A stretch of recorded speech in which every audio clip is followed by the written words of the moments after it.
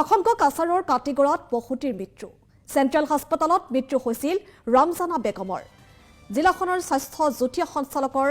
হাস্পতাল পৰিদৰ্শন তদন্তকাৰীৰ সন্মুখত অনুপস্থিত হাস্পতাল কৰ্তৃপক্ষ মৃত প্ৰসূতিৰ পৰিয়ালৰ পৰা ললে বিখত বিৱৰণ আটকাধীন 2 চিকিৎসক 2 স্বাস্থ্যকৰ্মীক সোধপোছ অব্যাহত ৰাখিছে মৰণোত্তৰ পৰীক্ষাৰ পাছত জানাজা কৰিব ৰমজানাৰ আৰু ইতিমধ্যে আমি আপোনাক জনাইছো সবিস্তাৰে আমি এই বাতৰি যেটো সম্প্ৰচাৰ কৰিছিলো যেটো সমগ্ৰ ঘটনা সন্দৰ্ভত এতিয়া তদন্ত চলি আছে কাটিগড়াত প্ৰসূতিৰ মৃত্যুক কেন্দ্ৰ কৰি বৰ্তমান চাঞ্চল্য অব্যাহত আছে চেণ্ট্ৰেল হাস্পতালত মৃত্যু হৈছিল ৰমজানা বেগম নামৰ এগৰাকী প্ৰসূতি